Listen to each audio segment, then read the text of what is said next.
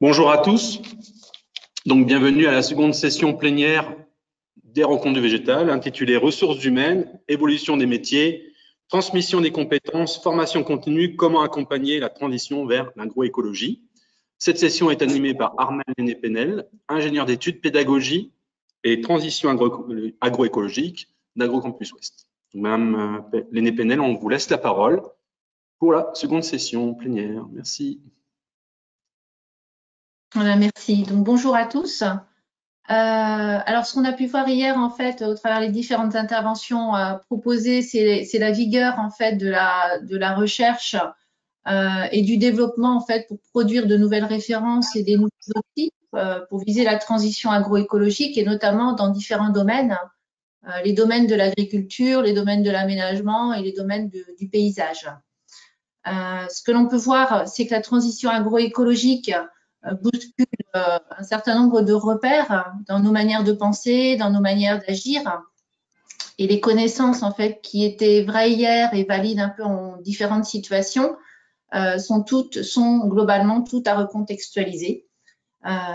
Et elle invite donc à d'autres modèles à d'autres modes de raisonnement. Ce qui nous amène à dire une évidence, c'est que le changement ne va pas de soi.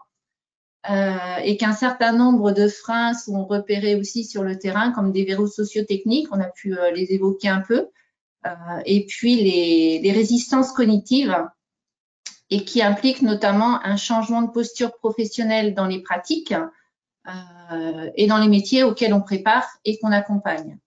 Mais du coup, ça nous amène aussi à nous poser des questions sur le métier d'accompagnateur et le métier d'enseignant-formateur, à comment accompagner à ces changements de pratique, comment accompagner à l'acquisition de ces nouveaux savoirs qui parfois sont complètement en construction. Donc, nous allons accueillir 3 intervenants qui vont essayer de répondre à un certain nombre de questions, notamment comment conseiller et accompagner des professionnels, comment enseigner pour préparer des apprenants aux nouvelles compétences attendues, et à ces nouveaux modes de raisonnement qui cohabitent avec des plus anciens. Quelle est la nature des changements attendus et quels sont les dispositifs pour pouvoir enseigner ces questions-là. Donc, les 3 intervenants. Donc, on aura Benjamin Fouilly, qui est animateur du réseau Défi au niveau national et qui est en charge d'accompagner des conseillers, enfin, accompagner des accompagnateurs de conseillers, mais ça, je le laisserai l'évoquer lui-même, qui nous parlera un petit peu de ce qui change aussi dans les métiers et des pratiques à mettre en place pour accompagner les conseillers auprès des agriculteurs. Nous aurons aussi Christian Pelletier, qui est chargé de mission à la Bergerie nationale et qui travaille sur l'appui à l'enseignement agricole. Et donc, il nous parlera du plan Enseigner à produire autrement et sa déclinaison dans l'enseignement agricole technique. Et puis enfin, nous aurons une intervention de Béatrice Desgranges, qui est chargée de mission appui au système éducatif pour l'enseignement agricole également, mais à Éditer Ingénierie à AgroSud Dijon. Donc, elle parlera de la rénovation des référentiels de formation et illustrera ses propos par un exemple autour du projet Pépieta mis en place auprès du Bac Pro CGEA. Voilà, donc je vais laisser la parole à Benjamin. N'hésitez pas à poser vos questions dans le chat. J'essaierai de les relever au fur et à mesure et puis on verra un petit peu si je les pose à l'issue de la présentation ou si on les garde pour la fin. Voilà, Benjamin, c'est à toi. Bien, merci Armel, bonjour à tous. Je me présente, je m'appelle Benjamin Fouilly, je suis chargé de mission évolution des métiers dans une équipe basée à la PCA qui est chargée de coordonner, d'animer le réseau Défi Ecophyto. Et donc, je vais vous présenter un peu ce que dans le réseau Défi qui vise la réduction des produits phytosanitaires, comment est-ce qu'on envisage cet accompagnement et des producteurs et des conseillers dans leur changement de pratique vers l'agroécologie. Alors, peut-être une première chose qu'on pourrait se dire simplement, c'est se dire, au final, est-ce que la transition agroécologique, c'est pas un simple changement de pratique et il suffirait de donner des références et de montrer en quoi les techniques alternatives sont efficaces, de montrer ça aux agriculteurs pour que au final ça soit adopté et que la transition agroécologique soit faite. Bon, on arrive assez rapidement au constat que actuellement, si on est là aujourd'hui pour en parler, c'est qu'il y a peut-être encore des choses à faire sur la transition agroécologique et que ce changement de pratique, au final, il n'est pas si simple que ça. Donc, quand on s'y penche un peu, ce changement de pratique, on peut le voir comme différentes manières. La première, c'est qu'on peut le considérer comme une mise en place d'innovations techniques, alors que ça soit l'utilisation de nouveaux matériels, que ça soit de nouvelles cultures ou de nouvelles variétés. C'est aussi des apprentissages et des nouvelles compétences. Et en fait, ces innovations se mettent dans le temps de manière différente. Il y a un peu plusieurs phases, que ça soit le début au niveau de l'idée, ensuite une période de réflexion, d'adaptation, puis de mise en place, et qui mobilise en fait plusieurs ressources, plusieurs canaux, que ça soit des experts, que ça soit de la recherche sur Internet, que ça soit des événements, que ça soit de l'expérience personnelle. Bref, déjà c'est un processus qui se fait dans le temps avec plusieurs ressources et qui mobilise différentes ressources. Quand on parle de changement de pratique, il y a changement dans ce terme. Un changement, le GERDAL le considère comme un processus de résolution de problèmes. Donc on change pas pour cette envie de changer, mais parce qu'on est confronté à un problème. Quand on parle de changement de pratique, on n'est pas forcément que sur des pratiques, une pratique définie, mais souvent ça re-questionne aussi quand même ce changement de tout un système, d'un système de culture et de production. Par exemple, en viticulture, on sait que si on veut mieux maîtriser le mildiou, en fait, le développement du mildiou, ça dépend de beaucoup de facteurs et notamment de la surface foliaire, de l'aération dans cette surface foliaire. Ça dépend de la vigueur de la vigne, ça dépend aussi de la fertilisation qui peut être faite et toutes ces relations en fait peuvent impacter le rendement d'une manière pas linéaire. Donc voilà, tout n'est pas aussi simple que ça.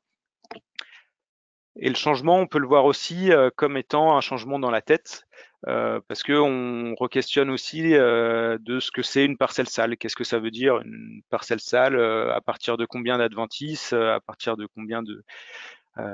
voilà. Et ça questionne aussi, par exemple, on peut avoir des pucerons qui sont présents sur les plants. Est-ce que forcément ça va entraîner une perte de rendement? Donc il y a ce changement dans la tête qui peut se faire.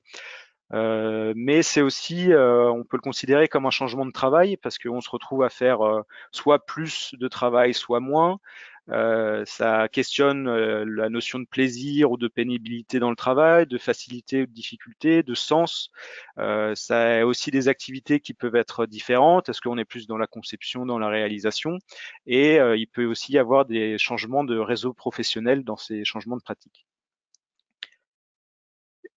Et c'est aussi plus largement une recherche de cohérence en fait entre les normes professionnelles qu'on peut avoir, les valeurs personnelles aussi, et les actions, et tout ça mélangé dans le temps. C'est une évolution et toujours une recherche de cohérence. Est-ce que ce que je fais est en cohérence avec et les normes et les valeurs?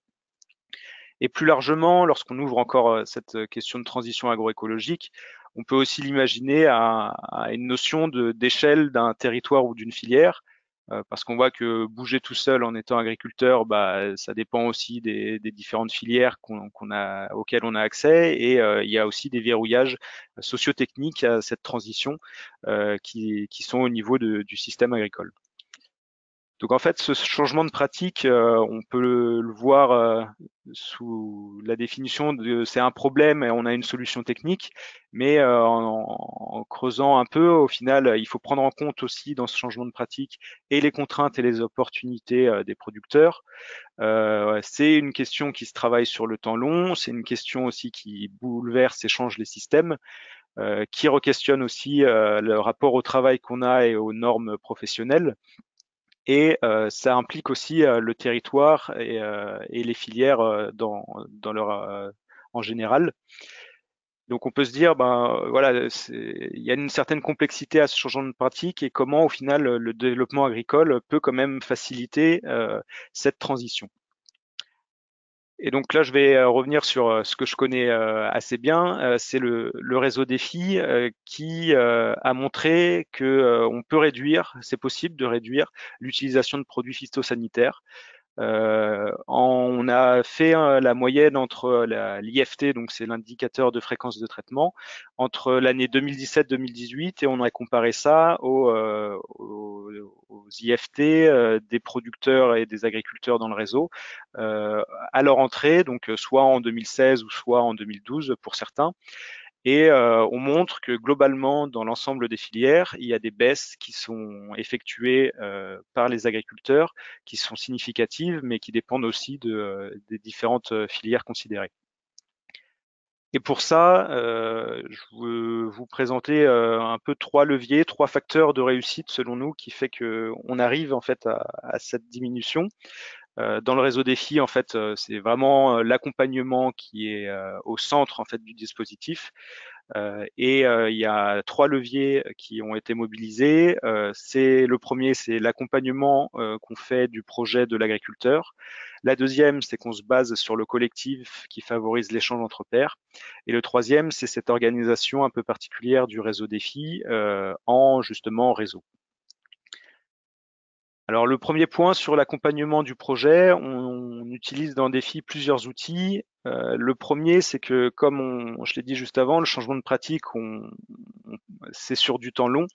Et donc dans Défi, en fait, on accompagne les producteurs et les agriculteurs sur une période de 5 ans. Alors ils s'engagent pendant 5 ans et ensuite il y a des phases de renouvellement, donc qui permet vraiment d'avoir cet appui sur le long terme. Ensuite, l'accompagnement, il est systémique, c'est-à-dire qu'on travaille vraiment avec chaque producteur à l'échelle du système de culture, mais qu'on prend en compte également l'ensemble des changements qui peuvent avoir lieu au niveau de l'exploitation. C'est-à-dire qu'on va vraiment essayer de prendre en compte quel est le contexte de l'exploitation, ses enjeux, c'est la situation géographique, le climat, l'environnement socio-économique. Et de comprendre aussi l'ensemble de son système d'exploitation, c'est quoi ses finalités, vers quoi il veut aller, est-ce que c'est se dégager du temps de vacances, ça peut rentrer en compte aussi dans le changement de pratique. Et de comprendre aussi un peu à l'intersection des deux l'agriculteur en lui-même, les différents changements qu'il a pu vivre déjà sur sa ferme et lui-même, et comment il a levé certains freins et qui peuvent être aussi des ressources pour le futur.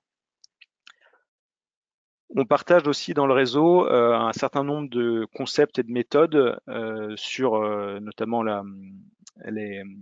les pratiques alternatives. On les envisage selon la classification d'efficience, substitution, reconception. Et on travaille aussi beaucoup en fait avec les producteurs sur la question du décisionnel, c'est-à-dire d'essayer de formaliser, de travailler sur l'intervention qui peut être faite pour gérer un bioagresseur. Qu'est-ce qui fait en sorte que cette décision est prise? Et donc, on travaille ça sous forme de schéma que vous avez à l'écran. Voilà, c'est pas qu'une histoire de pratique, c'est aussi une histoire de décision, de prise de décision, et qui est important de comprendre et de travailler. En plus de ça, en fait, ces méthodes et ces concepts, on les envisage dans le temps selon un mode projet qui permet de favoriser la réflexivité parce qu'on a donné, on va dire, un cadre avec certaines situations qui sont assez précises. Notamment à l'entrée dans le réseau, on fait ce qu'on appelle un diagnostic où vraiment l'objectif c'est de comprendre l'état initial, d'où vient l'agriculteur, ce qu'il a fait, où il en est actuellement, quelles sont ses contraintes et quels sont ses objectifs. Et de là, on construit un projet individuel en fait avec chaque agriculteur sur 3 ou 5 ans pour se dire voilà, dans 3 ou 5 ans, comment ton système veux-tu que ton système évolue, qu'est-ce que tu imagines mettre en place, sur quoi tu voudrais qu'on travaille, et de se fixer voilà comme ça des objectifs et des leviers à mettre en place.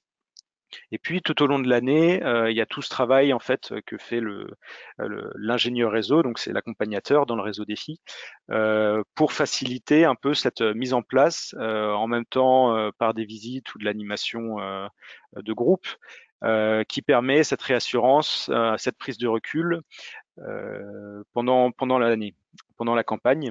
Et à la fin de la campagne, ils réalisent en fait ce qu'on appelle l'entretien bilan de campagne, qui permet de prendre du recul vraiment sur ce qui s'est fait sur cette année. Alors, est-ce qu'on a bien mis en place ce qui était prévu, quelles problématiques de ravageurs on a pu avoir, et comment pour l'année d'après on fait en sorte de les prendre en compte et de réajuster un peu s'il y a eu des difficultés.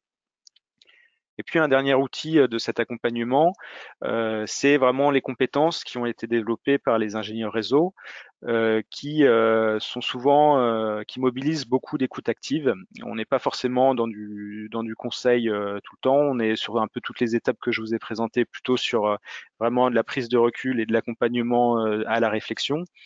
On travaille cette diversité des postures et c'est aussi des compétences techniques sur les leviers agronomiques qui ont été mobilisées par les ingénieurs réseau, avec également voilà, des compétences d'analyse et de production de références, parce que l'objectif du réseau défi, un des objectifs, c'est aussi de produire des références sur des changements sur lesquels on n'en a pas forcément.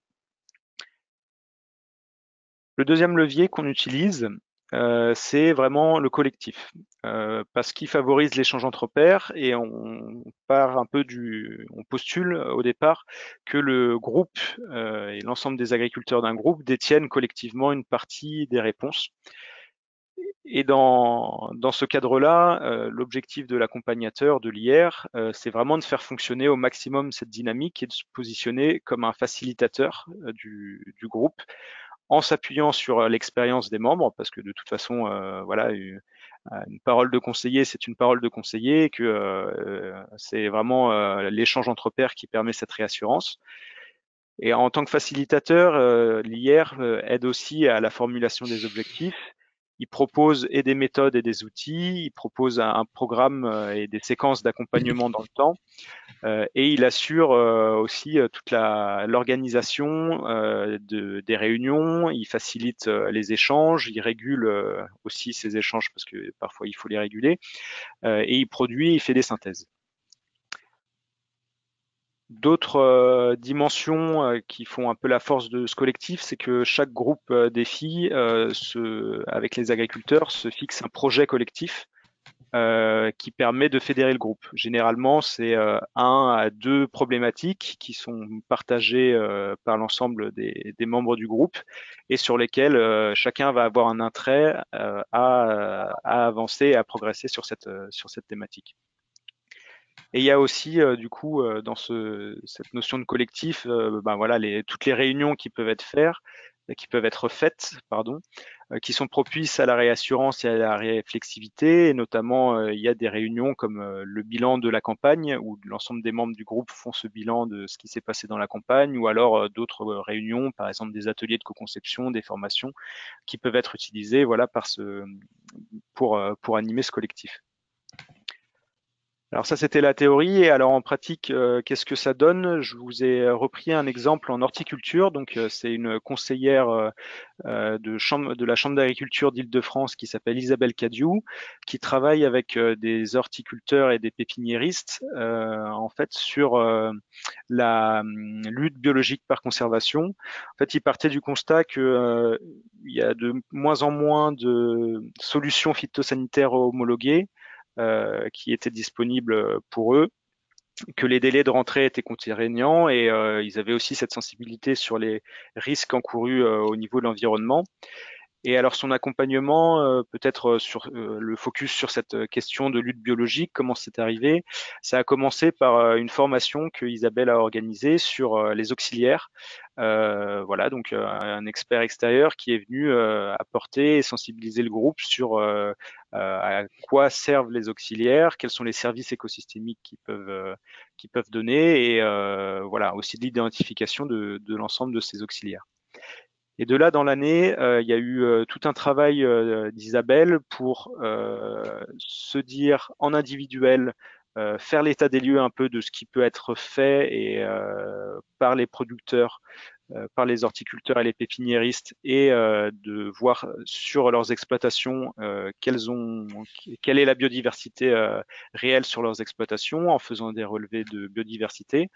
Et en accompagnement collectif, ce qu'elle a fait sur cette année 2018, c'était d'apporter vraiment des exemples de ce qui peut être fait à l'extérieur, donc avec des différentes rencontres et des visites qu'elle a organisées. Et puis, à la fin de l'année 2018, en faisant un peu le bilan, chaque horticulteur ou pépiniériste ont décidé individuellement, mais aussi collectivement, d'essayer de favoriser cette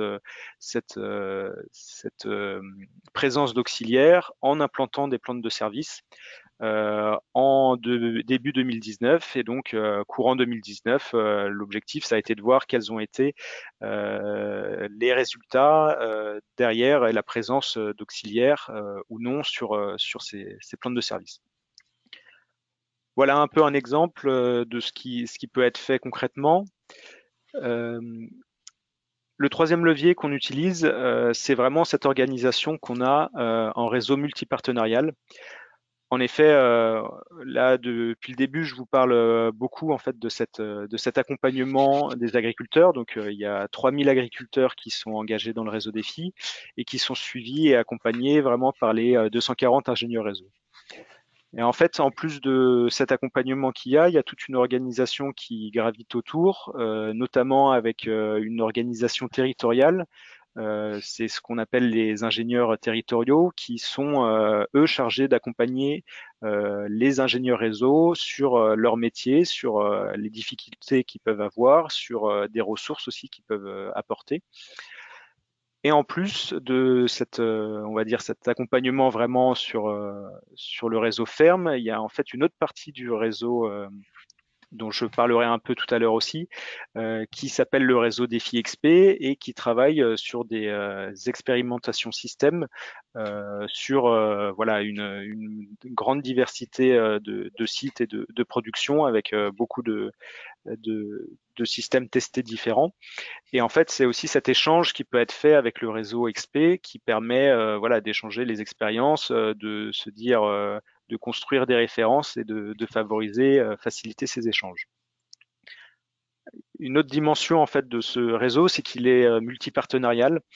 En effet, il y a notamment dans le réseau ferme, si on le considère, une diversité d'acteurs du développement qui sont engagés.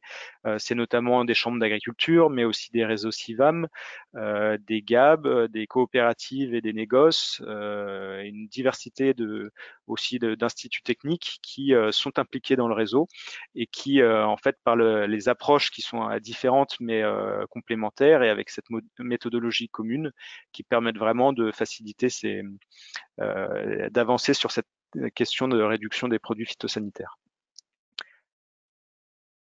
Et cette organisation, du coup, favorise les dynamiques d'apprentissage selon un peu 2 ou 3 modalités. La première, c'est que quand ces accompagnateurs arrivent dans le réseau, on a toute une organisation mise en place pour les appuyer, pour les accueillir, et notamment avec l'objectif de créer vraiment un esprit de réseau, d'apprendre à se connaître, de partager les méthodes et les concepts que je vous ai présentés précédemment, et déjà de faciliter les échanges qu'il peut y avoir entre les filières, parce qu'on travaille beaucoup en filière, mais il y a aussi sans doute des thématiques qui peuvent, où chaque filière a beaucoup à apprendre l'une de l'autre.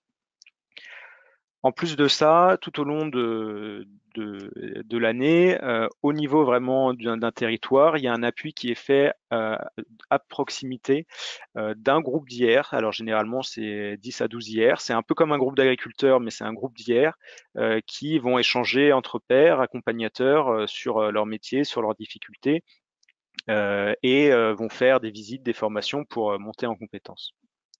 Et un dernier moyen d'appui, c'est aussi ce qu'on appelle les séminaires filières. C'est là à un niveau national, on rassemble l'ensemble des acteurs de la filière, qu'ils soient XP ou ferme, pour partager des résultats, pour créer des échanges, pour apporter des ressources extérieures et aussi faire de l'interdisciplinarité à ce moment-là.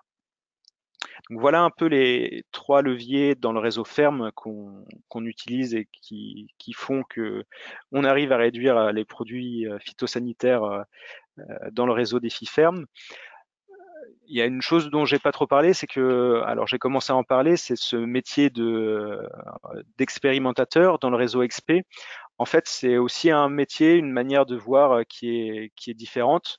Notamment, bon, l'approche reste commune avec ferme, c'est-à-dire qu'on travaille sur le temps long, on travaille sur la question du système de culture et les concepts et méthodes sont partagés.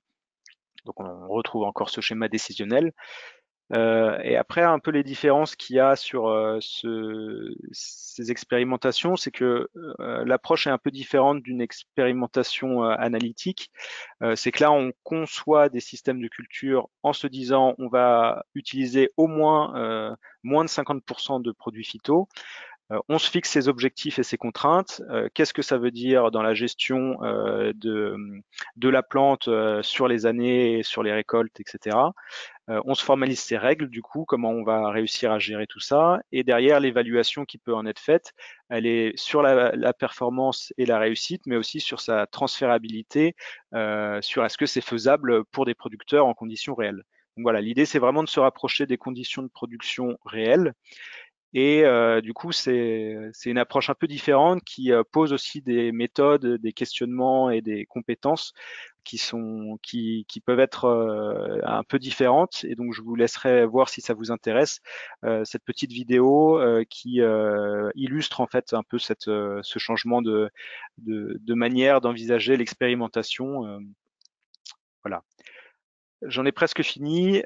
Pour vous dire que si vous souhaitez en savoir plus sur le réseau défi, on produit actuellement des ressources, alors que ça soit des exemples d'accompagnement, un peu ce que je vous ai montré avec le témoignage d'Isabelle Cadiou, mais aussi au niveau de ce qui est fait dans les fermes, on a produit des fiches qui montrent et les leviers qui ont été mis en place dans les exploitations, ce que ça apporte et de produire des références sur ces leviers, mais aussi à l'échelle vraiment d'une ferme, on montre vraiment les trajectoires d'exploitation, comment elles ont réduit, enfin déjà qu'elles ont réduit et comment elles ont fait.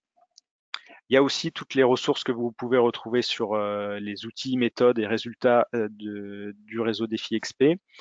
Pour en savoir plus sur le réseau Défi, c'est aussi différents événements qu'on a actuellement. C'est-à-dire que jusqu'au 30 avril, je vous ai parlé du réengagement, enfin de l'engagement de 5 ans du réseau Défi. À partir de 2022, il y a toute une phase de réengagement justement. On redemande aux agriculteurs s'ils souhaitent continuer. Du coup, on fait cette phase d'appel à candidature pour potentiellement, si vous êtes intéressé pour faire partie du réseau Défi, de monter un groupe. Vous pouvez toujours candidater jusqu'au 30 avril. Si le métier d'accompagnateur vous intéresse, on va faire un colloque le 3 juin sur cette thématique. Et ensuite, sur tout le territoire, il y a aussi des journées portes ouvertes qui sont organisées chez des exploitants comme sur des sites d'expérimentation. Donc n'hésitez pas à aller les voir. Il y a sans doute un contact qui est près de chez vous et pour le retrouver, vous pouvez aller sur le site Ecophytopic où vous pouvez avoir accès à cette carte interactive, alors qui n'est pas interactive dans cette présentation mais qui l'est sur le site, pour retrouver et les contacts des membres du réseau et leurs différents résultats qu'ils ont fait. Voilà, je vous remercie pour votre attention et merci pour vos questions aussi. Merci Benjamin. Timing parfait, on va dire. Ouais. Il y a deux, trois petites questions avant de poursuivre avec Christian. Alors, une question de Nabil qui, par rapport à l'outil d'aide à la décision qui a été présenté au début, il demandait un peu des références plus précises. Donc, je ne sais pas si c'est maintenant, tu peux en parler ou si tu réponds dans le chat par la suite. Alors, il faudrait peut-être que je vois ce qu'est l'outil d'aide à la décision. C'était peut-être le schéma décisionnel. Alors, si je remonte, c'était peut-être cette partie-là. Voilà, c'est ce qu'on appelle nous en tout cas un schéma décisionnel sur lequel on travaille avec les agriculteurs pour essayer de fixer en même temps que ça soit les objectifs du système de culture en termes de production, mais aussi d'objectifs sanitaires pour chaque bioagresseur. Et dans l'année, tout ce qui est mis en place comme levier, que ce soit la lutte chimique sur ces différents bioagresseurs ou que ce soit les leviers de gestion. Et donc d'avoir un échange échange, déjà d'une formalisation avec l'agriculteur et derrière un échange là-dessus, c'est propice en fait à la réflexion et on l'utilise beaucoup lors d'un diagnostic pour monter le projet de changement, se dire voilà on va plus faire ça et à la place on va mettre tel levier. Et aussi à la fin de chaque année pour se dire, pour faire le point sur ce qu'on a fait et retravailler l'année d'après. Alors, une deuxième question de Mathilde sur la tendance d'évolution des agriculteurs du réseau. Comment faire mobiliser les agriculteurs qui ne sont pas convaincus, puisque généralement, ceux qui sont mobilisés, c'est ceux qui sont déjà, qui ont envie. Alors du coup, dans le réseau défi, c'est vrai qu'on a un peu cette question. C'est parfois, il y en a qui sont aussi peut-être impliqués dans le réseau sans forcément trop de motivation initiale. Et donc là, c'est toute une discussion qui s'envisage, d'essayer de se dire, bah voilà, peut-être c'est pas ta préoccupation principale, mais il y a peut-être quand même différents leviers qui peuvent être mis en place, différentes choses qui te semblent importantes et qu'on peut essayer de travailler. Après, c'est toute une question aussi. Parfois, il y a aussi des agriculteurs qui augmentent leur IFT et là, c'est un re-questionnement aussi à avoir peut-être sur quels sont les objectifs. Et alors en plus, augmenter son IFT ne veut pas dire qu'on change pas dans la tête, parce que les changements et voir vraiment le changement de pratique, ça se fait sur le long terme. Quand on change la rotation, par exemple en grande culture, on peut avoir une évolution de la flore adventice qui va faire en sorte que il y a des difficultés de gestion sur les années d'après. Donc voilà, il y a peut-être une difficulté là-dessus et je pense que c'est aussi les agriculteurs qui s'engagent sont souvent volontaires dans le réseau défi et c'est un questionnement à avoir avec eux. Et si on élargit au niveau on va dire de la ferme France, cette question des agriculteurs qui souhaitent pas forcément réduire, je vais dire un peu malheureusement, c'est que il y a eu depuis cette année cette question de conseil stratégique à l'utilisation des produits phytosanitaires dans le cadre de la séparation vente conseil, sur laquelle c'est un objectif assez fort d'avoir un conseil pour tous les agriculteurs sur la stratégie de gestion phytosanitaire et qui va en fait se renforcer au fur et à mesure des années à venir. Alors, je vois le temps qui passe, donc toutes mes excuses, on ne va pas pouvoir prendre toutes les questions, donc on essaiera d'y revenir à la fin des différentes interventions. Je vais donner la parole à Christian pour sa présentation, plus tournée sur l'enseignement technique agricole et le plan enseigner à produire autrement. Christian. Son micro et sa caméra, ça sera mieux. Bien, bonjour à toutes, bonjour à tous. Donc, Christian Pelletier, moi, je travaille à la Bergerie nationale de Rambouillet depuis 2 ans. Et auparavant, j'ai été enseignant pendant 20 ans, animateur local agriculture et développement durable sur un établissement agricole au Mans, animateur régional Pays de la Loire sur la même thématique. Pendant 9 ans à la DGR, animateur du réseau éducation au développement durable, et puis aujourd'hui à la Bergerie. Et donc, c'est un peu au travers de ce parcours que j'ai participé au projet de l'enseignement agricole depuis, on va dire, la fin des années 90 jusqu'à aujourd'hui. Dans l'intervention de Benjamin, il y a 5 ou 6 notions qui m'ont particulièrement intéressé et je trouve qui sont bien en écho à ce que je vais essayer de vous raconter sur le plan enseigner à produire autrement. Peut-être d'abord celle de problèmes et de problématisation, et puis l'accompagnement, le collectif, le réseau et enfin la notion de trajectoire. Je pense que ces notions-là vont bien par rapport à ce qui se passe dans l'enseignement agricole depuis la fin des années 90. Donc, je vous propose, si ça veut bien fonctionner, je vous propose en fait 4 idées que je vais essayer de développer dans ces quelques 20 minutes. Une idée pour vous dire que l'enseignement agricole est déjà engagé depuis un certain temps sur cette orientation vers la durabilité, que le nouveau plan s'appelle Enseigner à produire autrement pour les transitions et l'agroécologie, et je reviendrai sur l'importance de ces mots. Prendre un exemple d'un établissement qui met en œuvre ces transformations, ce qui ne se fait pas sans difficulté ou sans résistance parfois. Et puis, insister, comme l'a fait Benjamin tout de suite, sur… attends, j'ai un petit souci voilà. Insister sur… oui. Excusez-moi de vous interrompre. Est-ce que vous pourriez activer votre caméra?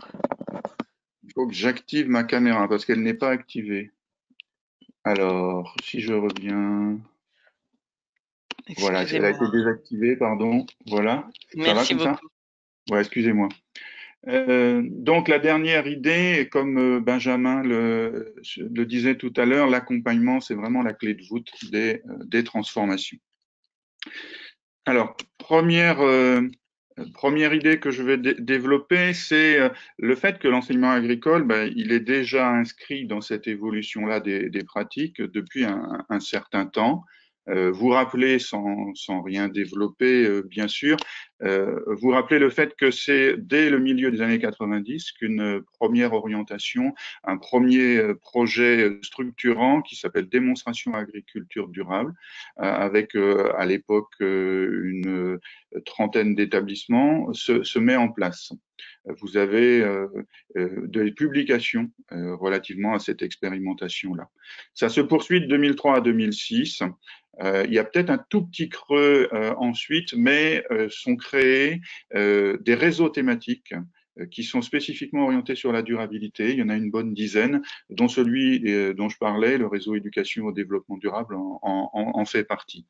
Et puis, plus récemment, à l'initiative du ministre Stéphane Le Foll, il y a une orientation forte qui est dessinée, c'est enseigner à produire autrement, qui s'inscrit dans un plan plus large pour l'agriculture française, qui est le plan stratégique sur les transitions agroécologiques. Et donc, le premier plan, c'est 2014-2018, et il a été repris par l'actuel gouvernement en un plan intitulé donc enseigner à produire autrement vers les transitions, donc qui élargit le spectre. Le premier spectre était plutôt centré sur les productions agricoles, là le spectre est élargi. Alors comment ça fonctionne au sein de l'enseignement agricole? D'abord, ce sont des dispositifs qui vont faciliter les initiatives et qui vont permettre de donner corps à ces initiatives en dégageant du temps à des enseignants. Ce sont les projets tiers-temps, et vous voyez que ça ne date pas d'aujourd'hui, ça date de 2007. Les projets chefs de projet de partenariat sont des jeunes ingénieurs qui sortent d'école et qui, pendant 3 ans, sont missionnés sur des projets bien spécifiques dans les lycées agricoles. Un peu plus récemment, en lien avec le plan Enseigner à produire autrement, des cases d'art spécifiques pour l'enseignement agricole, cases d'art transition agroécologique depuis 2015, et puis un dispositif vraiment d'essaimage fort qui s'appuie sur plus d'une centaine d'enseignants qui ont une mission avec un temps variable qui n'est pas très très élevé, qui va entre 1 et 3 heures semaine, pour accompagner justement ces changements, qu'ils soient techniques ou qu'ils soient pédagogiques. Donc, vous voyez, il y a des dispositifs, et puis, je ne vais pas développer, mais depuis 2009, il y a une rénovation en profondeur des référentiels qui a été engagée, et les référentiels sont écrits non plus en termes de somme de connaissances à acquérir, mais en termes de capacité à acquérir, qui évidemment mobilisent des connaissances. Parmi ces connaissances, certaines sont plutôt d'ordre conceptuel et qui doivent aider les jeunes à penser, à porter un jugement sur des situations différentes. Donc ça, c'est un cadre important. Et deuxième cadre important, le passage de EPA, enseigner à produire autrement, à EPA2. Alors ça a l'air de rien comme ça, c'est une continuité bien sûr, mais il y a aussi un élargissement et une ouverture qui nous rappelle ce qu'on a connu dans les années, fin des années 90, début des années 2000, avec l'orientation agriculture et développement durable. Le plan PA, le premier qui date de 2014, j'ai repris une petite illustration sur le site du ministère. En fait, vous voyez, il a 4 axes, ce plan. Les référentiels, bien sûr, et les pratiques pédagogiques. Les exploitations agricoles et ateliers technologiques qui ont un rôle clé à jouer parce qu'elles expérimentent, elles démontrent des possibles. L'axe 3, c'est la gouvernance régionale, c'est-à-dire qu'il y ait une bonne connexion entre l'échelon national, local et régional, bien sûr. Et puis, la formation. En 2020, le plan dans lequel nous sommes actuellement dans l'enseignement agricole définit 4 axes, en plus de l'élargissement dont j'ai parlé. Et le premier axe, en fait, il est basé sur les jeunes, leurs paroles, leur engagement. Le deuxième axe, on retrouve l'ensemble de la communauté éducative et sa mobilisation. Le troisième axe conserve l'importance des exploitations et des ateliers technologiques. Et puis, le quatrième, c'est à l'échelon des territoires et comment cette dynamique va mailler les territoires, les espaces autour des lycées agricoles. Donc, pas une révolution, une continuité, mais un élargissement, une ouverture qui fait que les enseignants, non seulement les enseignants techniques, mais l'ensemble des enseignants et des personnels de l'établissement sont invités à s'engager. Alors, pour le redire un tout petit peu autrement et insister sur certaines notions, il y a un vrai passage, un vrai changement quand même entre PA première génération et deuxième génération. Le premier était vraiment centré sur l'agroécologie, les pratiques agroécologiques et leur enseignement. Le deuxième élargi à la transformation de toute la petite société qu'est le lycée agricole, pour prendre un terme générique. C'est transition qui est mis en première position et agroécologie ensuite. Il s'agit bien sûr de continuer les changements sur les pratiques agricoles au sens large du terme, mais aussi d'envisager d'autres transitions. Le deuxième centrage important sur lequel je voulais insister, c'est que c'était un choix du directeur général de l'époque. Le centrage est mis sur les jeunes et les apprentissages. Alors, ça n'a l'air de rien peut-être vu de l'extérieur, mais de l'intérieur, c'est un changement important, c'est-à-dire que les jeunes deviennent non seulement les destinataires des enseignements, mais aussi ils deviennent, on leur demande d'être acteurs, voire auteurs de leurs apprentissages. L'engagement des jeunes dans ces transformations est développé. Plan régional dans la première version de EPA, plan régional et plan local, c'est-à-dire que chaque établissement doit écrire son plan, enseigner à produire autrement. Actuellement, on est dans les diagnostics et l'écriture de ces plans sur l'année 2021. Des conclusions tirées de PA1, si vous voulez un petit peu de bibliographie, je vous ai mis cette référence. Des conclusions, en fait, ont été écoutées, on peut le dire, par la Direction générale de l'enseignement et de la recherche, et c'est ça qui a donné l'élan un peu nouveau du deuxième plan. On a vraiment constaté que lors du premier plan, il y avait beaucoup d'actions de sensibilisation. C'est toujours d'actualité, c'est toujours utile. Par contre, l'idée, c'est d'aller au-delà de cela et de vraiment doter les jeunes d'outils pour penser les différentes voies de la transition. Tout à l'heure, Benjamin parlait de l'outil ESR, du concept ESR. Il est également mis en avant dans les référentiels de formation et dans les pratiques des enseignants. Et ESR, c'est efficience, substitution, reconception. Et c'est bien l'idée que les jeunes soient au clair avec l'identification des pratiques. Est-ce qu'elles relèvent de l'efficience? Est-ce qu'elle relève de la substitution ou est-ce qu'elle relève de la reconception par rapport à des systèmes plus conventionnels? Et d'abord, l'idée, c'est de reconnaître avant aussi d'agir et de proposer. Et dans les examens auxquels les jeunes sont un peu confrontés quand même, invités mais confrontés, eh bien, on leur demande de raisonner dans ces 3 voies et en particulier dans celle de la reconception. L'idée, c'est bien simplement, ce n'est plus simplement de faire, de participer, de regarder, mais c'est aussi d'agir.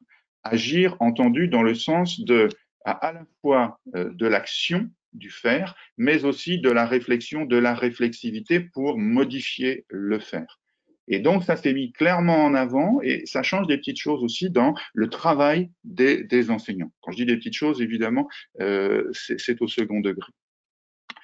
L'élément qui apparaît central aujourd'hui dans le plan EPA2, c'est donc le plan local enseigné à produire autrement.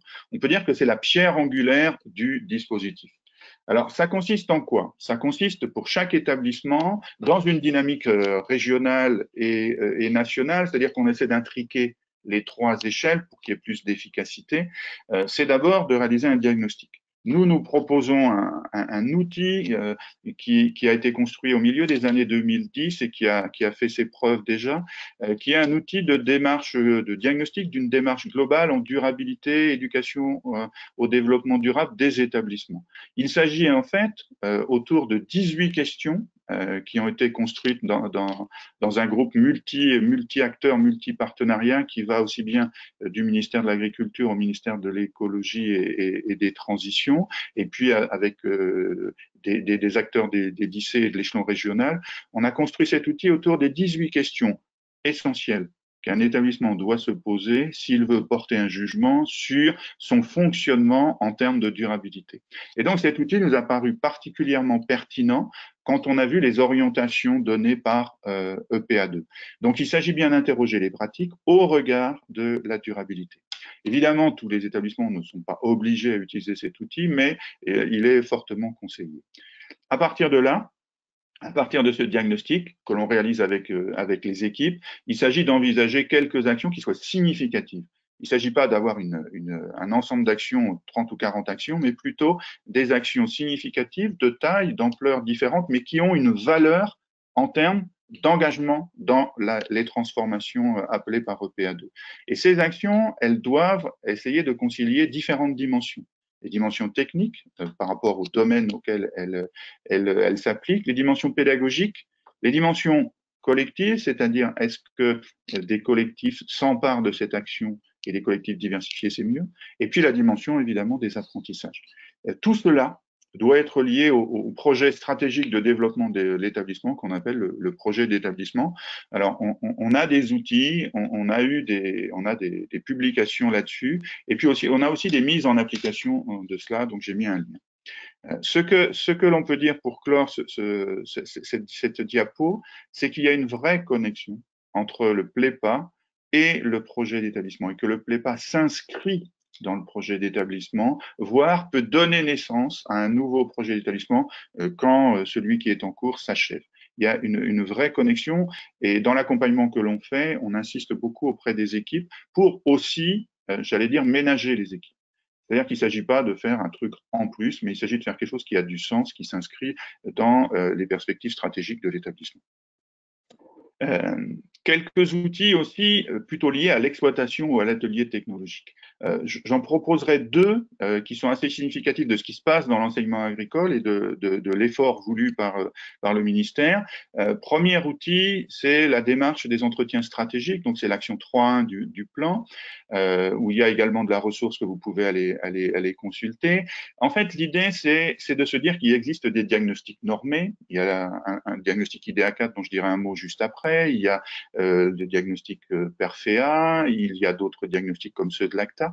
Mais l'idée, c'est peut-être de dépasser ces cadres-là pour rentrer dans le dialogue avec les acteurs, l'évolution, les pistes d'évolution sur l'exploitation en mobilisant le modèle ESR. Et donc, ce matériau-là, qui se fait par entretien stratégique avec différents acteurs, eh bien, ce matériau-là, il est hyper intéressant parce qu'on dégage des questions qui se posent sur l'exploitation ou l'atelier, et ces questions peuvent être traitées avec, et j'insiste sur le mot avec, et non pas pour, avec les apprenants qui vont être force de proposition, et on pourrait reconnecter avec le modèle ESR. Donc, c'est en cours également dans l'enseignement agricole pour dégager des pistes, et vous voyez bien que ces pistes-là vont donner naissance à des actions qui pourront rejoindre le plan local. Deuxième outil en plein développement, dont on termine le développement, l'outil IDEA, indicateur de durabilité des exploitations agricoles, c'est la version 4, qui a été revue dans une perspective de durabilité forte, mais aussi en intégrant le changement climatique. Alors, IDEA, c'est 53 indicateurs, 3 dimensions qui étaient classiques, la dimension, on va dire, agroécologique, économique et sociale, et puis, nouveauté, 5 propriétés pour interroger les pratiques. Et ces 5 propriétés, pédagogiquement, elles ont une grande utilité. C'est ce qu'on a pu constater avec un groupe témoin qui l'expérimente, parce que elles facilitent l'entrée dans le questionnement avec les jeunes, quels que soient les niveaux, soit des niveaux BTS, soit des niveaux Bac Pro. On a pu remarquer la fécondité, en fait, de l'arrivée de ces propriétés qui questionnent le système. Donc, 2 outils un peu différents, 2 outils qui ont une vision approche systémique et questionnement systémique de l'exploitation pour ensuite envisager des pistes d'action. J'ai voulu prendre un exemple de ces transformations en cours dans un établissement, et un établissement qui a des formations plutôt orientées production horticole, production végétale, c'est le lycée Terre d'Horizon à Romans-sur-Isère. On a un établissement qui s'est engagé et qui a candidaté pour différents dispositifs et qui a été lauréat de ces dispositifs. Donc, le dispositif tiers-temps dont je parlais tout à l'heure, pendant 3 ans, un enseignant a entraîné des équipes dans son établissement sur un projet agroforesterie maraîchère. Un deuxième projet qui est le fameux CASDAR TAE, deuxième version TAE+, avec un projet sur le végétal local qui s'appelle Récoltant, et puis ils viennent de déposer un projet auprès de la Fondation de France pour travailler sur les plantes à parfum aromatiques et médicinales, toujours dans l'objectif à la fois d'explorer, d'expérimenter sur le terrain des pratiques techniques et puis aussi d'expérimenter des pratiques pédagogiques. Pourquoi? Parce que il y a un potentiel problématique, il y a un potentiel d'apprentissage dans les expériences, dans les situations professionnelles. Et là, je vais faire référence à 2 ouvrages que Armel Lenné a écrit en collaboration avec Patrick Mayen et qui donnent vraiment des ressources pour les enseignants pour aller vers ces pratiques renouvelées. Donc, l'accompagnement est aussi un des éléments clés. Si cette équipe continue encore à travailler aujourd'hui, c'est parce qu'elle est accompagnée par le dispositif national d'appui, parce qu'on vient explorer avec eux le référentiel en production horticole qui est écrit en termes de capacité. C'est pas toujours évident pour les enseignants de s'approprier ça et d'en faire quelque chose d'efficient très vite. C'est l'idée de passer d'une somme d'initiatives individuelles à des initiatives collectives et donc qui, en termes d'apprentissage, seront plus fortes quand on passe simplement d'une somme de disciplines qui viennent les unes après les autres à un projet interdisciplinaire. L'idée, c'est aussi de doter les apprenants, de doter les étudiants ici d'outils pour penser le changement. Et ça, c'est pas évident et l'accompagnement aide les équipes par l'intermédiaire de travaux en collectif. Autre élément qui paraît capital au travers de cette expérience, mais qu'on pourrait généraliser, c'est comment on réussit l'articulation entre des projets interdisciplinaires, où des disciplines viennent sur un même sujet, un même objet, apportent les connaissances et les démarches propres de chacune des disciplines, mais aussi en pleine coordination, en pleine collaboration et non pas en juxtaposition. Et donc, tout cela, ça produit de la ressource. Et c'est vraiment important parce que cette ressource, on la valorise sur le site de l'innovation pédagogique par des fiches expériences sur le site Pollen. Ça fonctionne et ça produit des résultats. Pourquoi? Mais aussi parce qu'on est dans un accompagnement sur la durée. Ça fait plus de 4 ans que personnellement, j'accompagne ces équipes avec une collègue du dispositif régional, une référente enseignée à produire autrement. Dernière diapo. 2-3 minutes. Oui, j'arrive. 2-3 minutes. Oui, je vais faire en 2-3 minutes. Pour montrer l'importance du dispositif national d'appui et des réseaux, montrer qu'on est au cœur des transformations, parce que la Bergerie, Dijon, l'ENSFEA, Toulouse, l'Institut Agro participent à la documentation des transformations avec les équipes, et c'est important de donner de la référence. On accompagne les expériences, qu'elles soient techniques ou pédagogiques. On travaille avec eux sur la prise de recul, la réflexivité sur leurs actions. On les aide à évaluer les résultats et les démarches, et puis on produit avec eux des ressources. Et c'est parce qu'on met en place ce système, ce dispositif, que des transformations sont engagées. Et ces transformations, souvent, elles s'appuient sur des projets, mais elles s'appuient aussi sur des objets qui sont significatifs d'un ensemble d'objets, d'un ensemble de pratiques. J'en ai cité quelques-uns ici sur lesquels nous travaillons à la Bergerie nationale.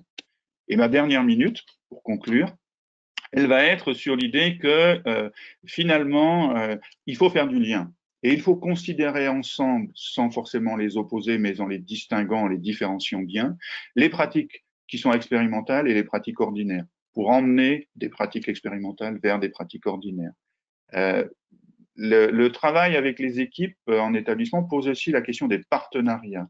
C'est-à-dire qu'il y a besoin aussi de travailler avec des partenaires qui explorent, qui prennent des risques, qui explorent notamment selon le modèle ESR, et on pourra peut-être faire des connexions avec le réseau DEFI. Les instruments de la pensée à construire avec les jeunes, c'est essentiel. Je vais donner quelques exemples sur la haie ou sur l'abeille, par exemple. Et puis les moyens, premier moyen, les référentiels, c'est en cours. Et il y a besoin de se les approprier, mais c'est en cours. On passe sans doute, il y a une culture de gouvernance qui change, une culture qui passe de la maîtrise à celle du pilotage, pour y revenir dans les questions, et un pilotage qui vise des apprentissages pour que l'habité soit un peu considéré comme un commun, hein. Et ça, c'est pas évident, c'est un changement de culture. Et puis l'accompagnement, c'est capital. Pour oser le défi, pour aussi former des jeunes à penser et à agir autrement. Voilà, j'ai fait 22 minutes 20. J'espère ne pas avoir été trop rapide sur la fin. Merci Christian, parfait pour le timing. Voilà, alors je regarde un petit peu dans le chat les différentes questions. Peut-être qu'on va en prendre une avant de passer à Béatrice. Alors, on avait une question d'un enseignant. Alors, je vais la lire en même temps. Il voulait avoir des précisions sur comment la réécriture en fait des prépas en draft, SRFD, comment ça se passe dans d'autres régions, parce qu'il a l'impression que dans sa région, ça n'avance pas beaucoup. Alors, l'idée, c'est de connecter bien sûr les deux. À l'échelon régional, dans les drafts SRFD, le premier temps, c'est de donner des orientations majeures qui s'appuient bien sûr sur les politiques publiques et, on va dire, les enjeux territoriaux. Donc, un cadre qui est un cadre structurant, mais pas enfermant. Le deuxième temps, c'est donc tout ce que j'ai dit sur le PLEPA. Dans chacun des établissements publics, c'est une obligation pour les établissements publics, c'est une invitation pour les établissements privés. Donc, dans le cadre de l'établissement, le diagnostic et les actions qui doivent répondre à ce cadre. Et ensuite, remonter des différents plans locaux vers l'échelon régional et affinage du projet régional enseigné à produire autrement. Donc, on en est là aujourd'hui. Alors, dans toutes les régions, le cadre n'est pas complètement fixé encore, dans certaines, oui. Et puis, les PLEPA sont engagés et l'idée, c'est qu'à la fin de l'année 2021, tout cela soit un peu bouclé.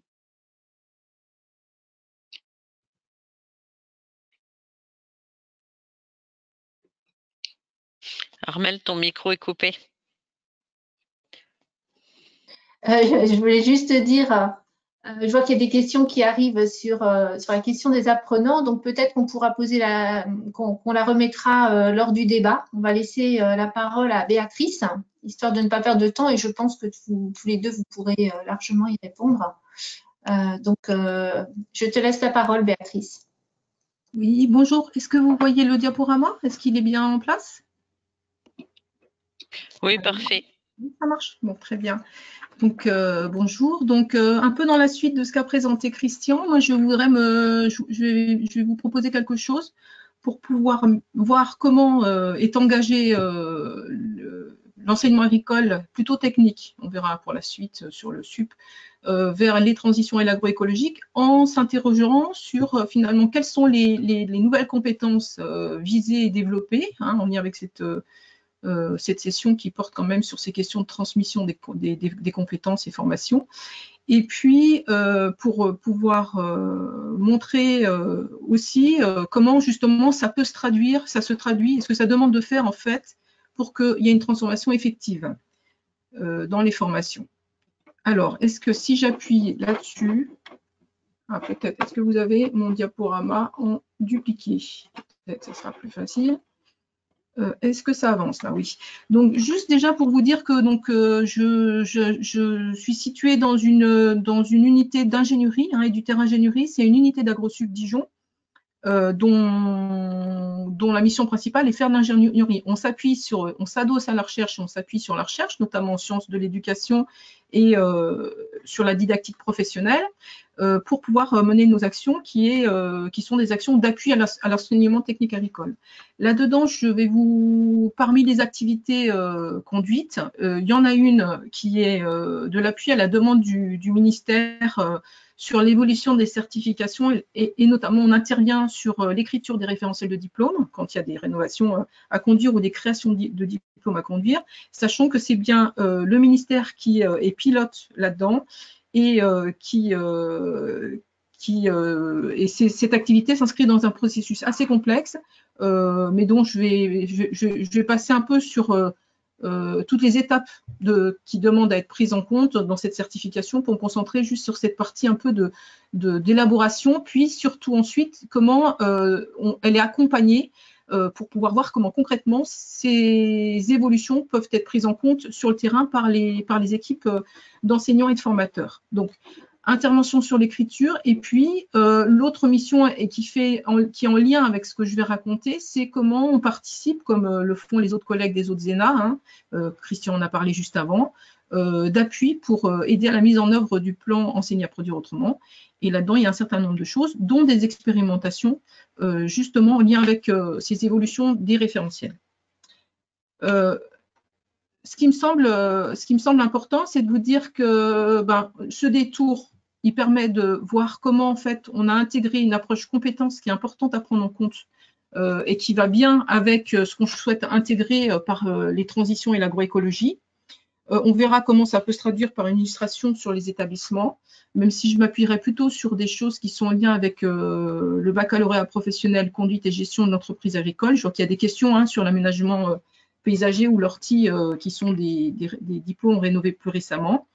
Et puis voir un petit peu ce que ça veut dire aussi sur peut-être l'articulation entre justement cette évolution et ce développement de compétences et d'évolution des identités professionnelles au sein de l'enseignement agricole, évolution des compétences demandées aux futurs agriculteurs et futurs autres acteurs, pas seulement agricoles, horticoles, mais aussi dans la transformation, dans les métiers du service, et puis les professionnels qui sont sur le terrain et qui aussi se posent beaucoup de questions, on l'a vu dans la première intervention ce matin. Alors, l'approche compétence, donc je ne vois pas tout mon écran parce qu'il y a plein de choses qui sont dessus, les chats, etc. Donc j'espère que je vais réussir à lire. Dire d'abord que l'approche compétence dans l'enseignement agricole, c'est quelque chose qui s'est développé dans les années 2000 et dans le cadre de la didactique professionnelle. L'idée, c'était, parce que forcément, de l'enseignement professionnel, c'était de rapprocher les formations des emplois visés et de la réalité du travail et des métiers en intégrant la logique compétence. Et pour ça, en fait, on a défini finalement la compétence à partir d'une approche spécifique, celle de la didactique professionnelle, où la compétence, elle est exprimée par un professionnel dans une situation de travail donnée et il mobilise un ensemble de ressources pour se débrouiller avec cette situation. Dans l'ensemble de ressources, on entend aussi bien les savoirs, les savoir-faire, les savoirs analysés. Dans les savoirs, on comprend bien qu'il y a des savoirs qui sont liés à des connaissances scientifiques, mais aussi à des savoirs de praticiens qui sont aussi intégrés. Ça, je pense que c'est important parce qu'on a aussi des basculements aujourd'hui sur ces questions de rapport au savoir et comment articuler cela. Ça veut dire que derrière, on va chercher à former les étudiants, les élèves, les apprentis, en partant de l'idée qu'un apprenant, avec l'apprenant, on va essayer d'analyser le potentiel à devenir un professionnel compétent et de le doter du coup de capacités. Il sera compétent avec l'expérience, mais il y a un certain nombre de choses qu'il faut entraîner au regard de ces situations et à partir de ces situations pour pouvoir l'aider justement à devenir compétent et à développer des compétences. Pour ça, en fait, on part forcément, on met de côté la question des modules de formation, d'une progression pédagogique pour pouvoir déjà partir sur une analyse du contexte de l'emploi du travail et de définir à partir d'une analyse assez fine de l'activité de travail, les activités et derrière surtout ce qu'on appelle des situations professionnelles significatives. Donc c'est un ensemble de situations qui sont significatives de l'emploi et du métier. On ne les choisit pas tous parce qu'en fait, on va choisir celles qui sont emblématiques de l'activité, qui sont complexes, qui semblent indispensables à maîtriser, et où on se dit que si on a quelques-unes de ces, les grandes situations professionnelles choisies, significatives choisies, devraient permettre à un débutant de se débrouiller dans à peu près toutes les situations vraiment importantes du métier, et bien sûr continuer à développer son expérience et sa compétence avec l'activité dès lors qu'il entrera en activité professionnelle. Donc, on part toujours de cette idée de dire on va les mettre dans des situations pour pouvoir faire travailler et devenir compétent. À la fois, on entre par les situations en décrivant cela dans un référentiel professionnel, mais on l'utilise aussi comme moyen dans le cadre des référentiels de formation pour justement l'entraîner à réaliser un certain nombre d'activités, mais réaliser les activités, c'est les faire et c'est les lier aussi à la pensée. Donc, on est bien toujours dans une recherche d'activités où il y a des choses qui sont visibles et des choses invisibles qu'il faut prendre en compte. On a parlé dans le premier exposé du raisonnement derrière qui est important à mobiliser dans des systèmes complexes, dans des agroécosystèmes, où ça va demander d'aller voir ce qui se passe en termes d'activités telles que ça peut être la traite ou quoi que ce soit, mais ça peut être aussi des activités plus complexes de pilotage d'une entreprise, de réflexion sur la conduite de changement de cette entreprise et qui demandent de mobiliser des compétences qui ne sont pas toujours visibles. Donc, il s'agit de travailler ça avec les équipes en s'appuyant sur des situations professionnelles. Et on retrouve aussi ces situations dans le référentiel de certification, c'est-à-dire que on va évaluer et certifier des capacités.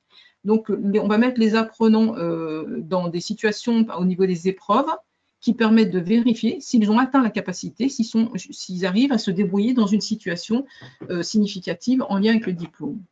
J'espère que je suis claire parce que ce n'est pas évident à comprendre cette idée de situation professionnelle significative. Donc, les capacités, pour nous, c'est l'approche capacitaire, c'est derrière, en fait, la visée, c'est bien la compétence, en tout cas. Mais on voit bien le lien entre les différentes activités à conduire pour construire le référentiel, mais qui va aussi, du coup, guider les formateurs, les équipes, pour pouvoir justement dire, voilà, c'est quoi les enjeux en termes de référence professionnelle, les objectifs et finalités. Du coup, à quoi je dois aboutir en termes de visée d'évaluation et ensuite, du coup, comment on s'y prend en équipe pour pouvoir les entraîner à ça et les aider à se doter de ressources leur permettant justement de répondre à ces situations. Alors, la suivante, si elle veut passer, elle ne veut pas passer. Ah, la suivante. Si je passe maintenant à ce qui se passe au niveau du plan enseigner à produire autrement, Christian l'a un peu évoqué, là c'est redit, sur le plan EPA2, l'objectif c'est que 100% des référentiels soient rénovés d'ici 2025 pour intégrer les enjeux de transition, de l'agroécologie et du bien-être animal.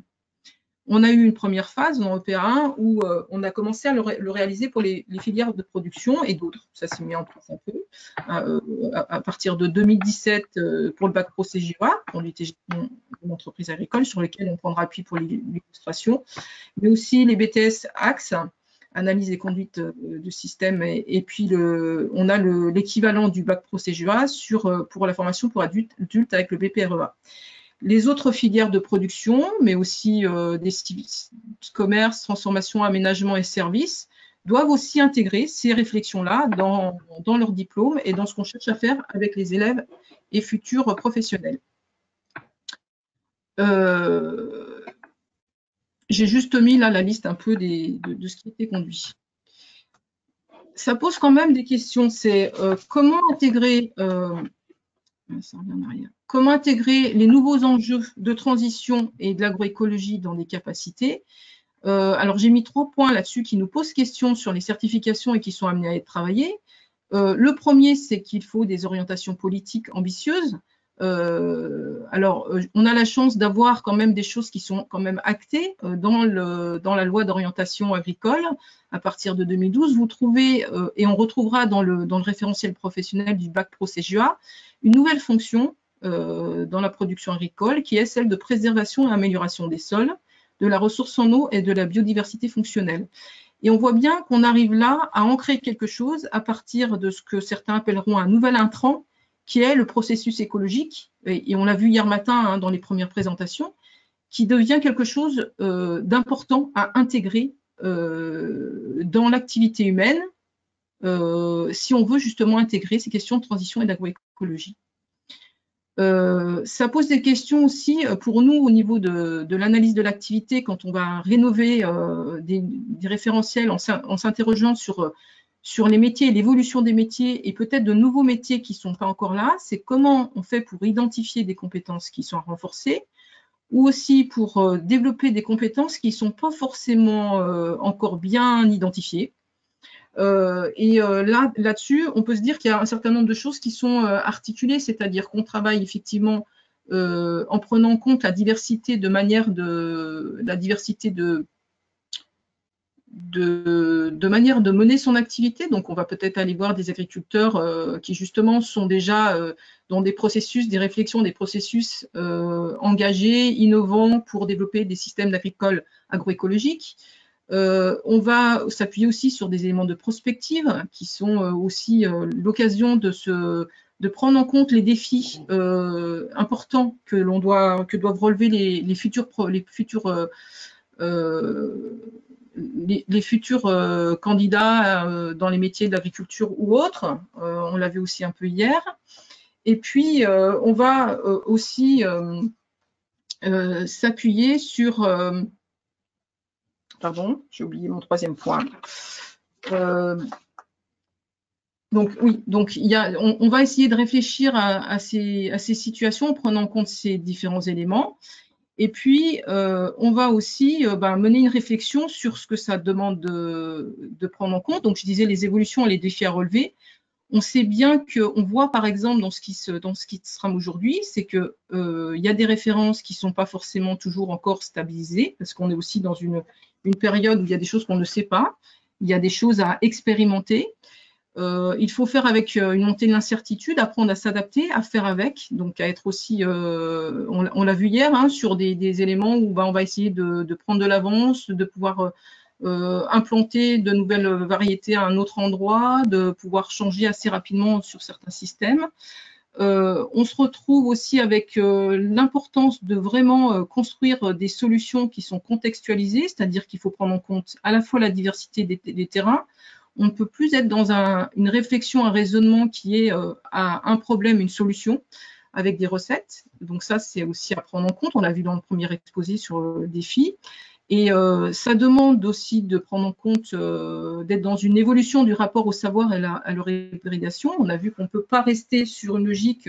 Il y a l'agronomie d'un côté et l'écologie de l'autre, par exemple, en reprenant des choses qui ont été pointées hier, mais aussi qu'il y a un maillage entre certaines manières donc, de faire de la recherche, à la fois justement pour prendre en compte une diversité de disciplines qui ont besoin de se parler et travailler ensemble, mais aussi avec aussi des expérimentations de terrain, à la fois parce qu'il y a des savoirs qui se trouvent sur le terrain, mais aussi pour reconnaître des connaissances locales territoriales et les impliquer et les engager dans ces réflexions et dans ces transformations-là, tout en prenant en compte aussi une diversité d'acteurs, c'est-à-dire qu'on n'a plus un agriculteur seul ou un groupe d'agriculteurs seul sur son territoire.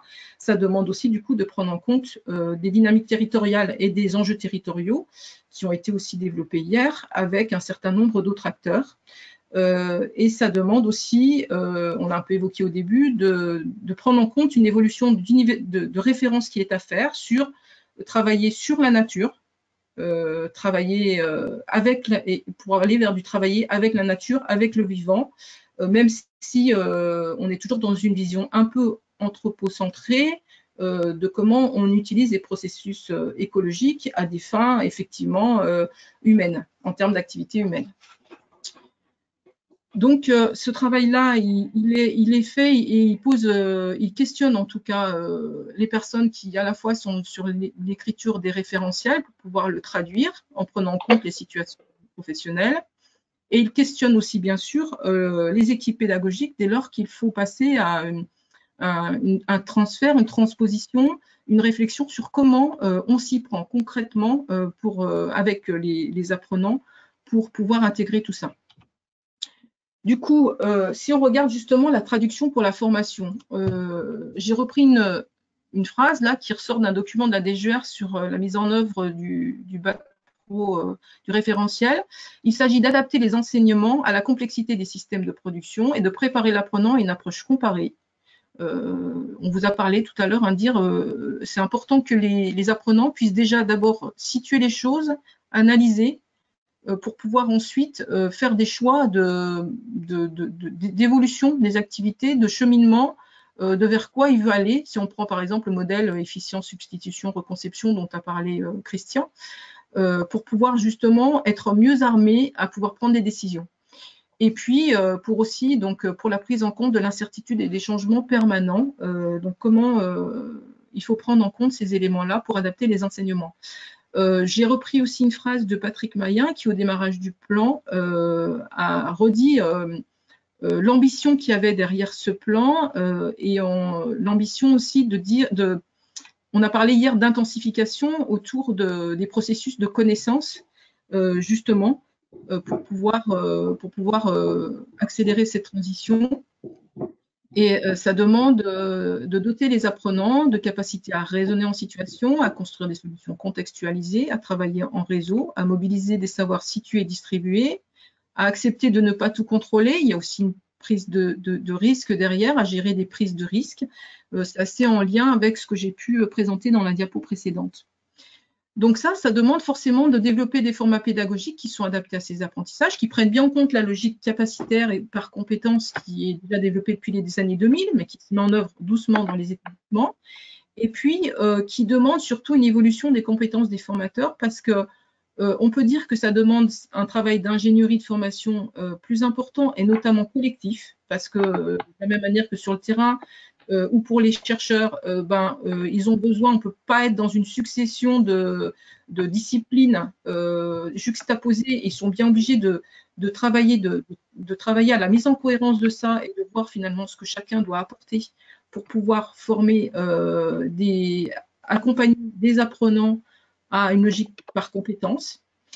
Ça demande de s'appuyer sur des situations professionnelles ou développer des situations pédagogiques pour travailler certains points clés et entraîner les élèves. Et puis, ça demande aussi d'oser faire des choses parce qu'il faut oser prendre des risques, c'est-à-dire de sortir d'une zone de confort qui n'est pas forcément confortable parce qu'on voit bien les enseignants se retrouvent coincés dans des choses qui sont complexes à mettre en place, mais oser expérimenter, faire des choses. Et ce qui est compliqué, c'est que c'est pas toujours évident avec des élèves de se dire comment est-ce que je peux déjà parler de transition et d'agroécologie. En 2014, on voyait bien que les enseignants avaient beaucoup de mal à prononcer même le mot d'agroécologie avec une classe.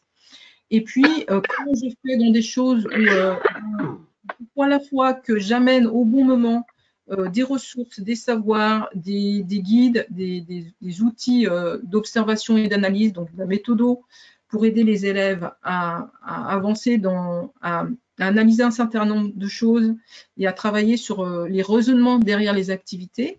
Et en même temps, on n'a pas toujours, du coup, ils n'ont pas toujours un coup d'avance sur les apprenants, dès lors qu'ils ont à mettre en œuvre une rénovation de diplôme sur lesquels, effectivement, ils expérimentent, ils tâtonnent, et ce n'est pas toujours très confortable.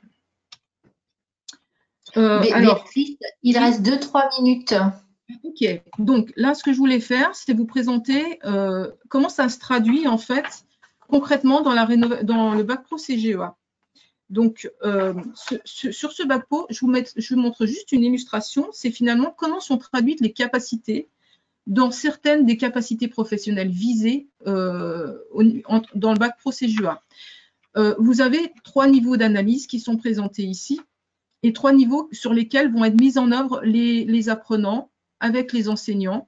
Alors, on le voit au niveau de ce qu'ils ont à faire en termes d'épreuves, les OS et les épreuves. et on le voit au niveau des capacités qui leur sont demandées. Ils ont une capacité, la C5, qui est nouvelle, qui est de réaliser des choix techniques dans le cadre d'un système de production. Et pour cela, elle est alimentée par deux sous-capacités, qui est définir des actions de préservation ou d'amélioration de l'état des ressources dans un écosystème. Donc, amener les élèves à travailler sur les ressources communes. Quelles sont les ressources communes qui sont impactées par l'activité agricole, et ensuite réaliser des choix techniques dans le cadre d'un processus de production pour justement impacter aussi le moins possible ces ressources, voire mieux les préserver ou les améliorer. Donc, on voit là que sur cette capacité C5 qui porte en fait sur quelque chose d'assez large dans l'entreprise agricole, on demande à la fois, les enseignants vont sortir d'une épreuve où on était dans plutôt un contrôle de connaissances disciplinaire, à pouvoir les aider à travailler à partir de mise en situation, de travail sur leur lieu de stage, de découvrir finalement, d'identifier quelles sont les ressources communes qui sont fortement impactées dans mon territoire, quels sont les enjeux de territoire, mais aussi sur l'exploitation, et comment en fait mon maître de stage ou mon maître d'apprentissage, il met en œuvre un certain nombre de pratiques et d'itinéraires techniques qui peuvent impacter moins et travailler du coup avec le maître d'apprentissage ou le maître de stage sur ces éléments-là et sur les possibilités d'évolution de pratique. Ça se situe aussi à d'autres niveaux. Là, on est sur ce niveau-là. On l'a aussi sur, finalement, quand on les fait travailler sur le pilotage. Derrière, il y a la réflexion de comment on travaille la conduite du changement en lien avec ce pilotage actuel. Donc, on est dans du diagnostic, de l'analyse, mais pour aller vers quelque chose qui intègre les transitions et l'agroécologie. Donc, en fait, ce à quoi je voulais arriver, c'est que ce qu'on a expérimenté dans un dispositif Pepieta, c'est justement de voir comment on opère ce questionnement autour de la ressource commune, qui était quelque chose de complexe à travailler pour les équipes pédagogiques, ce que ça demandait de faire bouger en termes d'approche pédagogique, en termes de contribution des différentes disciplines, et comment ils ont proposé certaines pistes pour pouvoir le réaliser. Et là, je voulais vous présenter un entretien qui montre comment, finalement, pour le faire, à la fois, ils encouragent les élèves à mener des enquêtes, ils s'appuient beaucoup sur l'alternance avec le terrain et les maîtres de stage, les maîtres d'apprentissage. Ils insistent beaucoup pour justement les questionner et les apprendre à se questionner pour pouvoir justement partir de l'activité et dégager derrière, en fait, toutes les ressources qui sont nécessaires pour pouvoir conduire leur action et leur activité. Donc voilà, je pense que je vais rester sur cette diapo-là pour finir, en montrant comment à la fois elle les questionne, elle fait travailler l'alternance, elle met en travail l'alternance, et en même temps, ça n'empêche pas que ça demande aussi, on voit en parallèle, des apports et des liens entre ce qu'ils vont apporter sur des connaissances très importantes, par exemple, pour qu'ils s'approprient les processus écologiques dont ils ont besoin pour faire le lien entre les ressources communes et les pratiques de l'agriculteur, et comment ils vont essayer de travailler ça avec les élèves. Voilà. Merci Béatrice. Le temps est toujours trop court. Je vois que quelques questions sont arrivées, donc du coup, peut-être on va pouvoir les poser aux trois orateurs de ce matin. Juste, j'avais oublié de rappeler pour les nouveaux arrivés que les questions peuvent être posées dans le chat. Donc je vais essayer de reprendre quelques questions. J'ai vu qu'il y en avait autour des apprenants, donc je remonte un petit peu. Alors, il y en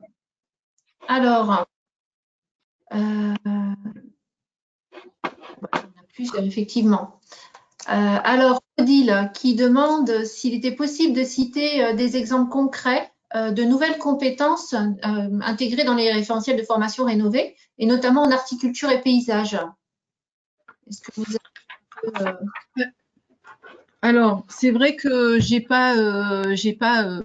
prévu de pouvoir glisser sur les rencontres végétales, sur l'horticulture, l'aménagement du paysage. Je ne l'ai pas fait et je n'ai pas sous les yeux les référentiels parce que je n'ai pas eu le temps de le préparer.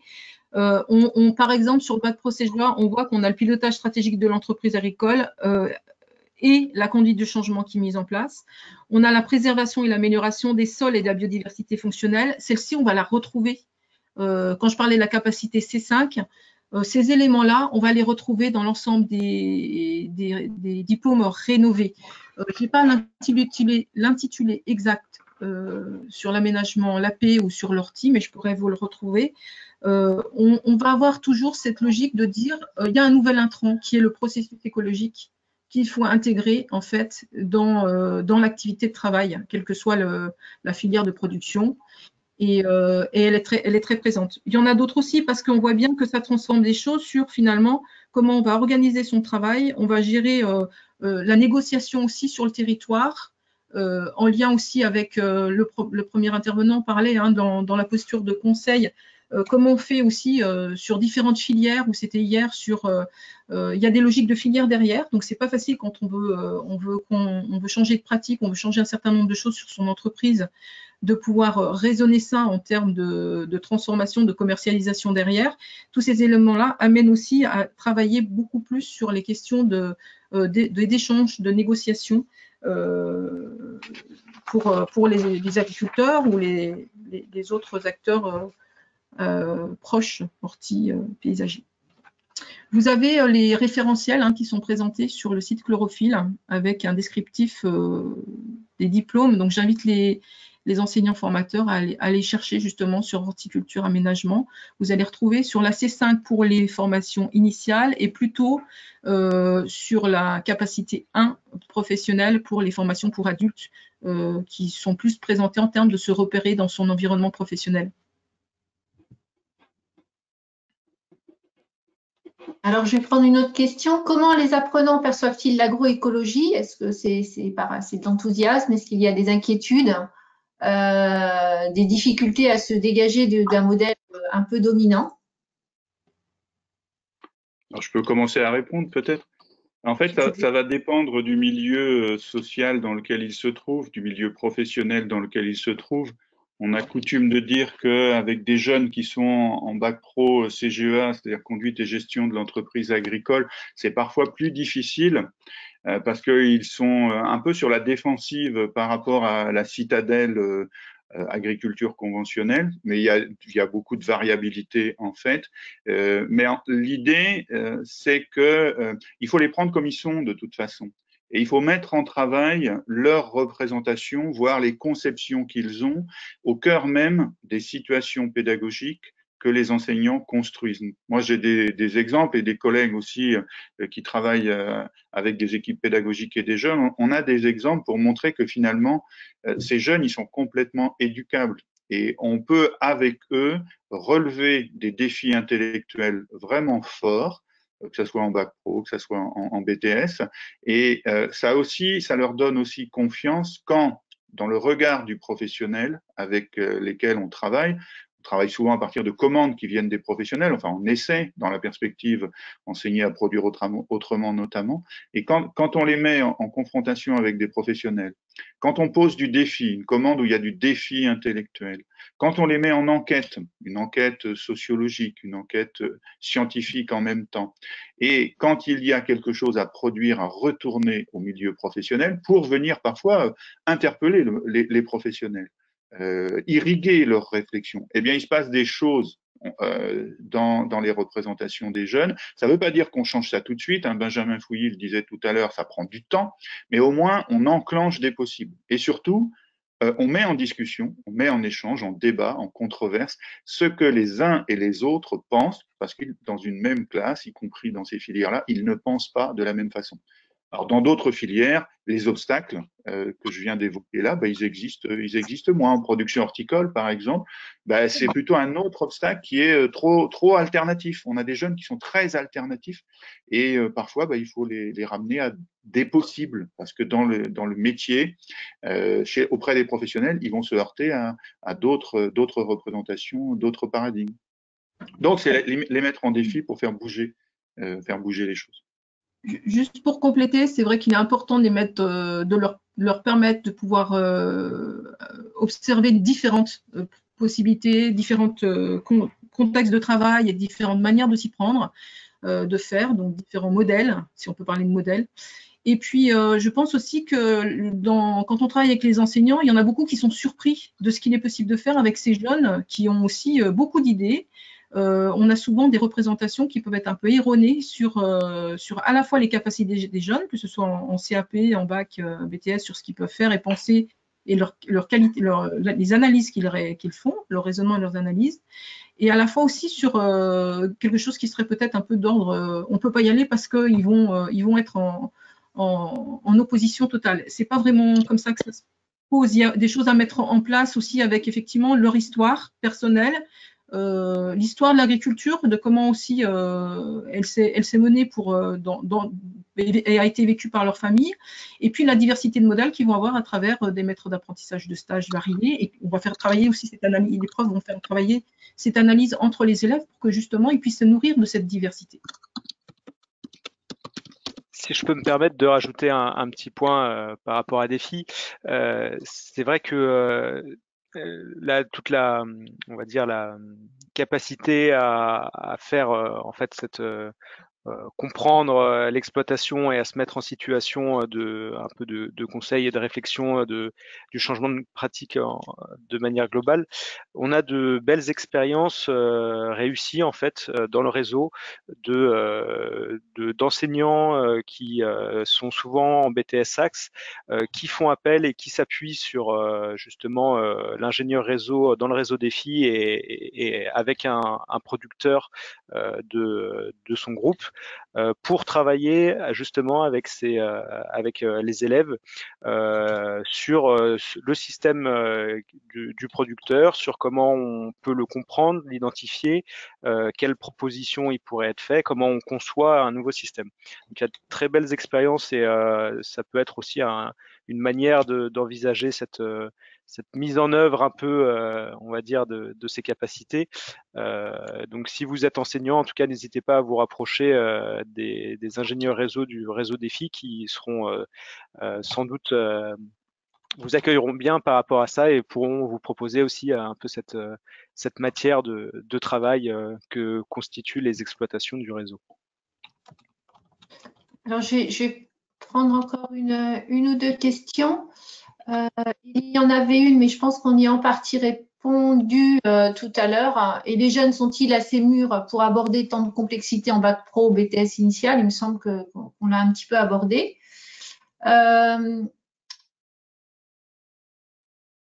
Alors, une autre question qui est plus à l'échelle, peut-être à l'échelle européenne. Pourriez-vous dézoomer un petit peu, ça c'est ce que nous demande Nabil, et nous dire si de telles dynamiques se rencontrent ailleurs, c'est-à-dire en Europe, dans le monde, est-ce qu'on a des expériences en fait en tête par rapport à ça?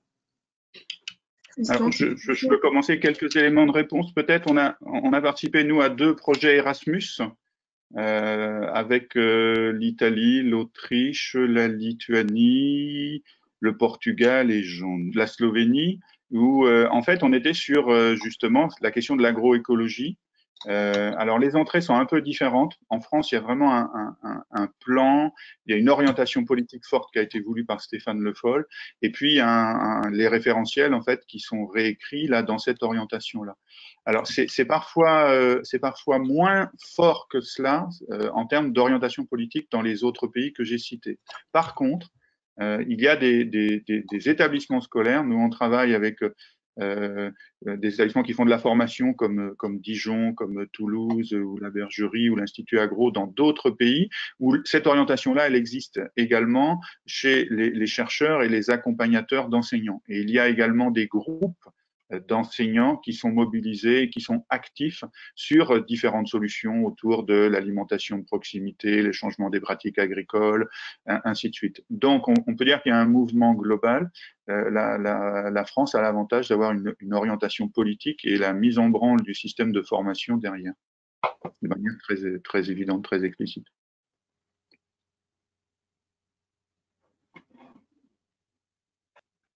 Je rajouterais, en tout cas pour la part sur l'accompagnement et dans le monde professionnel et sur la réduction des phytos, du coup, au niveau européen, en tout cas, chaque pays a depuis 2009 l'obligation de constituer un plan d'action sur les pesticides.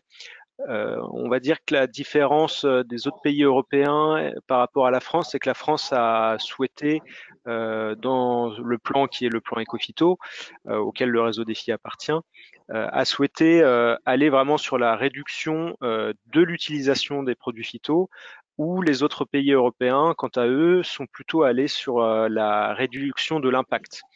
Donc il y avait quand même déjà avec le plan Ecophyto un objectif fort de réduction de cette utilisation, et on voit petit à petit que ça diffuse, les réflexions se diffusent au niveau européen.